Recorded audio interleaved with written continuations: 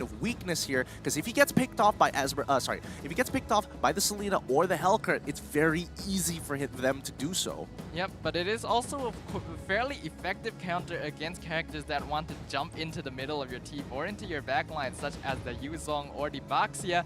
So this is going to kind of be a skill-based situation. Will Aeon on the Valier be able to avoid getting one shot while keeping the rest of his team safe? Because while it is true that Valier has a lot of peel, you did mention he is squishy, and if they catch him out, there's basically one less hero for the side of EVOS SG. Yeah, it's a game of rock, paper, scissors. Who finds who first and who deploys the first blood? This is going to be a very interesting matchup here. Potentially the final game for EVOS SG to grant themselves the golden ticket into the finals, or it's going to be one more game to fight and struggle and steal it away from their palms for TODAK.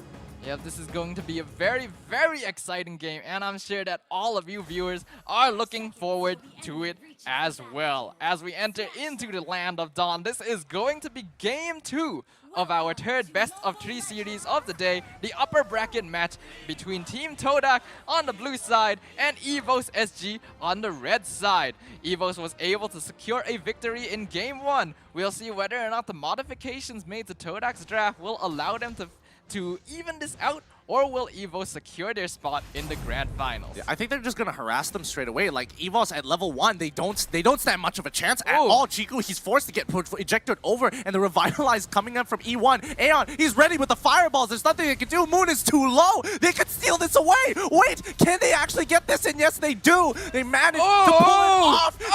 Moon, he survives 1 HP, but unfortunately, with the magic worship, it ain't gonna be enough. Aeon is picking up everybody. Level 1 goes over to EVOS SG, and there is nothing that TODAK can do about it.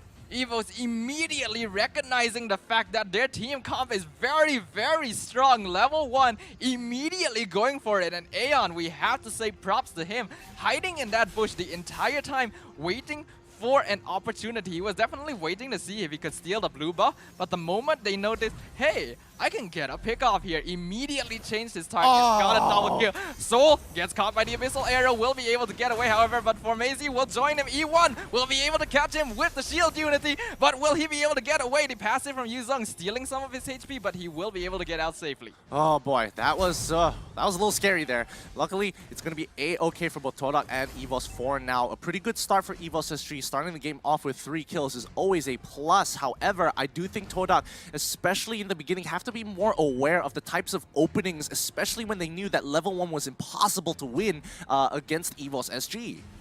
The early game damage from EVOS is very notable, even though at first glance one might not think that they have too many early game heroes.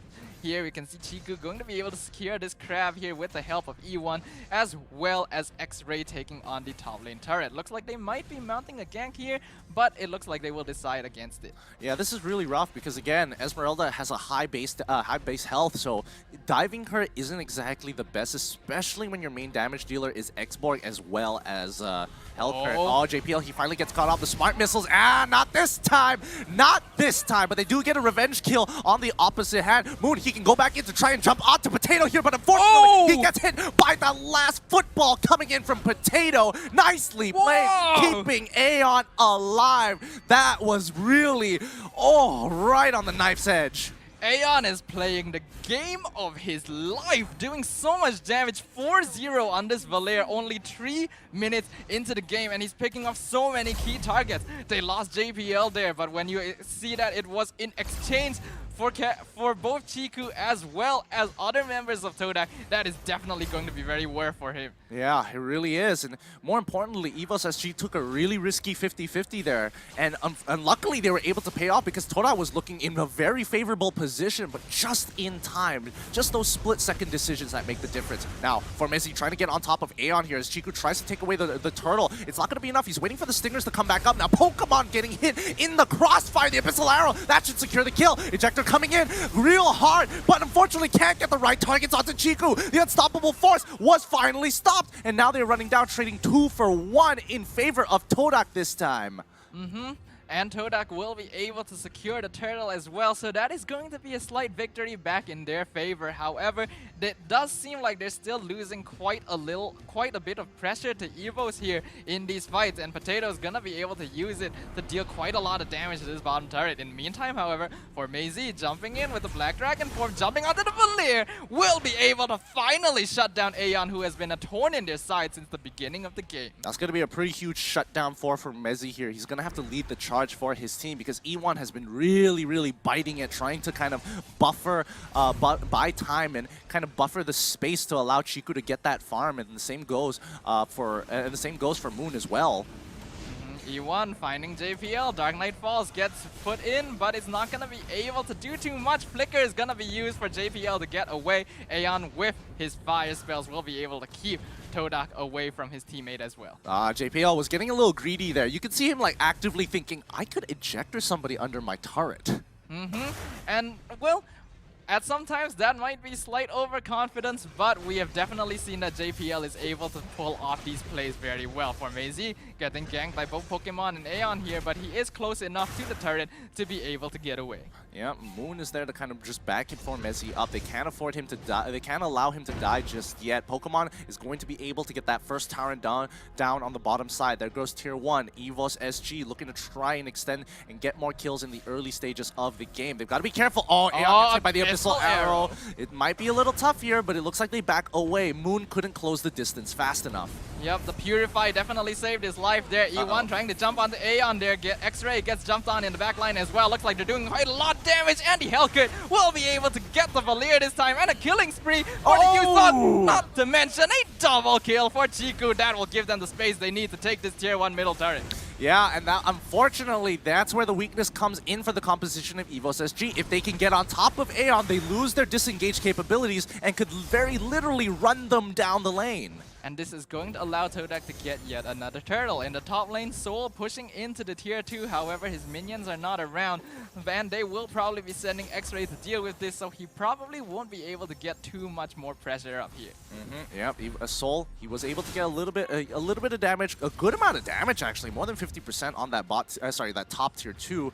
But now the rest of the team has to really take into consideration how they take these fights, because again, for Mezzi as well as E1 can run down Aeon. So the moment they touch him with a little bit of CC, it's going to be easy follow-up for Moon. Soul misses the Falling Star Moon. I believe he was predicting that Chiku would back off, but it looks like Chiku decided to go for a bit more farm, so was not quite able to catch him there. Will decide to back off.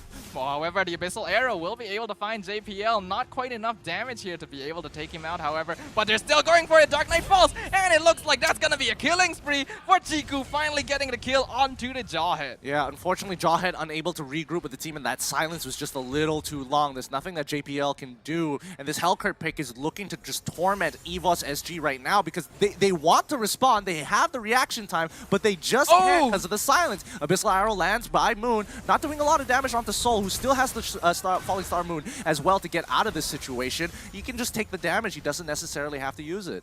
Moon definitely hitting a lot of his arrows here, definitely setting up very cleanly for the rest of his team. Was not able to get the kill onto Soul, but the amount of pressure this is going to put on the enemy team is definitely going to build up, and it's going to be quite noticeable because an Abyssal Arrow could come out of nowhere and set up a kill.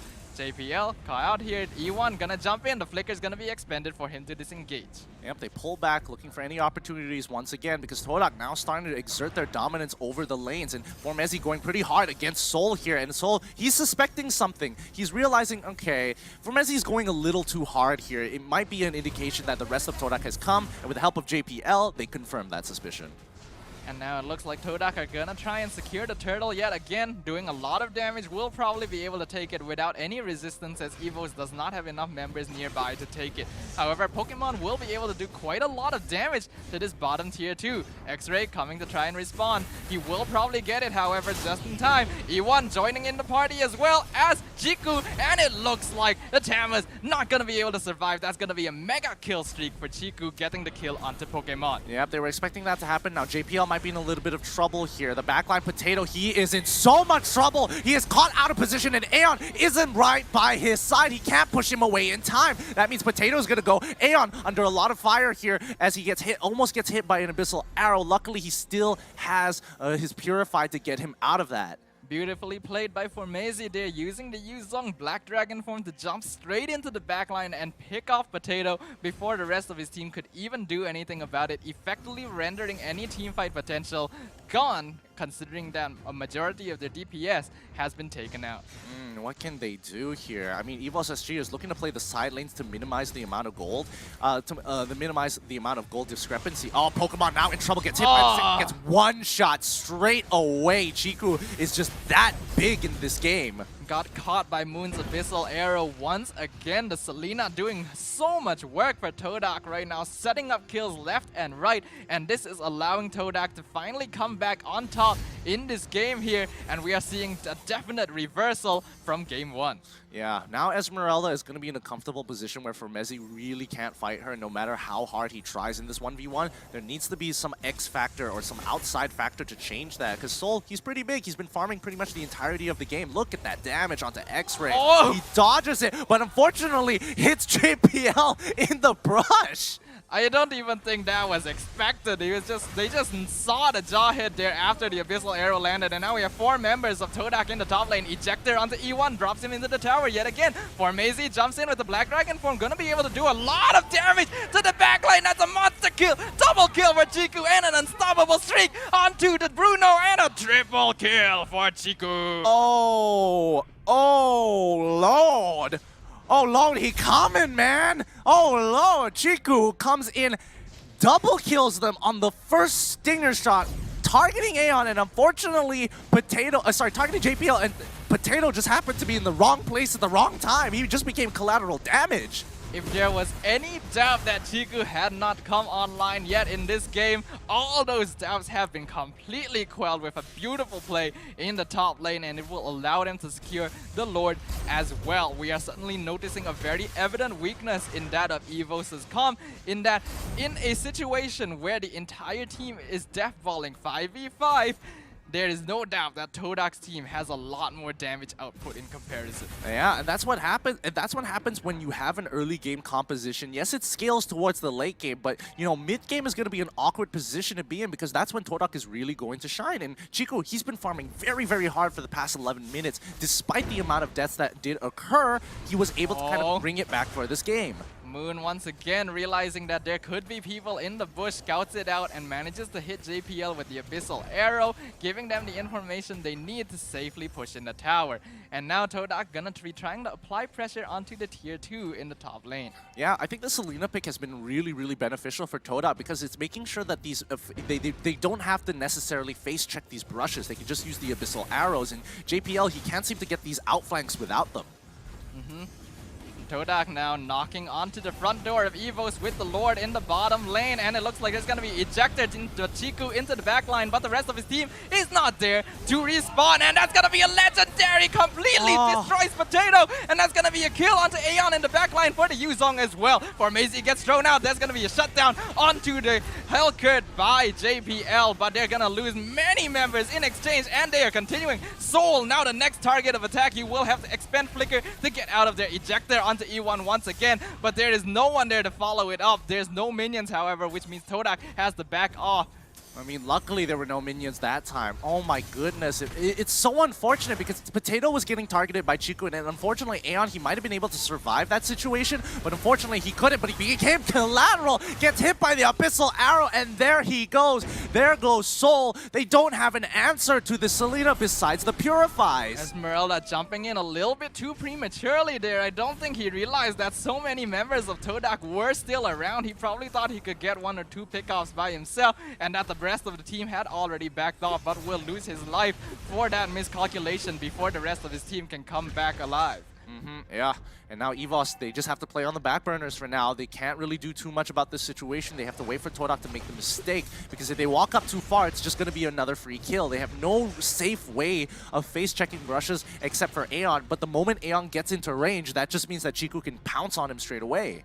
Yep, EVOS SG are in a very precarious situation right now, especially when you consider the fact that Chiku can simply jump in and completely obliterate Potato, despite the fact that he has already built up a lot of items. But those items aren't gonna mean anything if you get one shot straight away, and that is exactly what this Hellcurt is aiming for in every single fight. Yeah, eventually, I mean, once Potato gets his third core item, he might consider looking to get either a Winds of Nature or at the very least a Twilight Armor to protect himself from the burst, because that is just too much to handle for any one of the squishier members on the side of EVOS SG, especially for Aeon and Potato. Abyssal Arrow trying to find people once again. Soul will just barely avoid it, as well as E1 jumping in, but the Abyssal Arrow is constantly coming out from Moon right here. Looks like they're gonna apply pressure into the top lane. Black Dragon form comes out for Maisie, jumping straight in, and this is gonna allow them space to take the very last inhibitor turret on the side of EVOS SG. Abyssal Arrow once again finding Pokemon, but they're probably not gonna jump in on this. But look at the amount of damage taken just from one arrow. Yeah, it is a rough situation, and now EVOS is going to be put in a even more difficult situation as TODAK looks to close this game out. 5 seconds until Lord comes out, but the super minions coming out from the side of TODAK's base, that's just too much to handle. EVOS, they can't necessarily go out to contest Lord and protect their base at the same time. It's just too short of a time period. However, they are going to try it because they know that this is going to be the Lord that could secure TODAK the game. Abyssal Arrow once again finds JPL. He will lose his immortality, and he will probably lose his life very soon as well. For Maisie, effectively choking out the entire backline. That's going to be a godlike 2 kills in the backline, 3 onto the Bruno as well. And it looks like we're going to see the minions end the game. Once again, yet another MVP to the minions this time, doing so much damage to the crystal because TODAK was able to take the attention of EVOS away, and that's really, you really can't respond to that. They wanted to defend that crystal, but when they had the entire side of TODAK breathing down their necks,